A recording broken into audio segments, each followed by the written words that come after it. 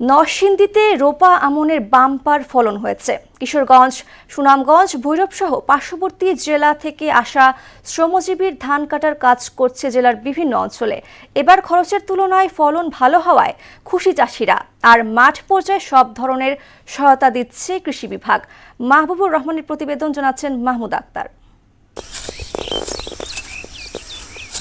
নরসিংদীতে নতুন ধান ঘরে তুলতে ব্যস্ত সময় পার করছেন কৃষকেরা। মাঠ জুড়ে সোনালী ধানের ঢেউ, চারিদিকে খুশির আমেজ। এবছর ভালো ফলন হওয়ায় লাভের আশা করছেন কৃষকেরা। তবে সার, বীজ ও শ্রমিকের মজুরি বেশি হওয়ায় ক্ষতি পুষিয়ে নিতে সরকারের কাছে ধানের ন্যায্য মূল্য পাবার দাবি করেন তারা। আমরা একটাই দাবি সরকারের কাছে, আমাদের একখানি ক্ষেত করতে প্রায় 10-12 হাজার টাকা খরচ হয়। এজন্য সরকারকে দৃষ্টি আকর্ষণ করছি যাতে ধানের ন্যায্য মূল্যটা কৃষকরা পায়। আমাদের একখানি জমি করতে 10 থেকে 12 হাজার টাকা খরচ হয়।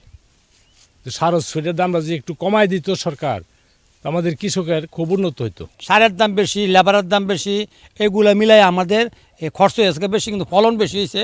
আমরা এত খুশি, কিন্তু যদি দামটা একটু বেশি পেতাম তো আমাদের কৃষকের সবার জন্য একটু ভালো হইতো। অন্যান্য বছরের মতো এবারও পার্শ্ববর্তী জেলা থেকে শ্রমিকরা ধান কাটার কাজ করছেন নরসিংদীর বিভিন্ন অঞ্চলে। আমার বাড়ি সুনামগঞ্জ। আমি এই এলাকাত অনেক দিন ধরে কাজ করি, আরও আমার সাথে অনেক ভাইয়েরা আছে। 700-800 টাকা রোজ থাকে এবং 3 বেলা কানি খাদ্য মাজনে খাওয়া। এতে আমার চলাফেরা সংসার আমার অনেক উন্নত। কৃষি উপকরণ ক্রয় ক্ষমতার মধ্যে রাখা সহ কৃষকদের মাঠ পর্যায়ে সহায়তা দেওয়া হচ্ছে বলে জানান কৃষি কর্মকর্তা। কৃষকরা ধান উৎপাদনের ক্ষেত্রে আপনার সব ধরনের উপকরণ, বিশেষ করে সার, কীটনাশক সহ অন্যান্য যে উপকরণগুলো, এই উপকরণগুলো যাতে কৃষকরা সহজেই এবং ন্যায্য মূল্যে পায়, এই ব্যাপারে মাঠ পর্যায়ে আমরা কাজ করে যাচ্ছি। নরসিংদীতে এবছর ধানের লক্ষ্যমাত্রা ধরা হয়েছিল 40,900 হেক্টর। মাহমুদ আক্তার, মোহনা সংবাদ।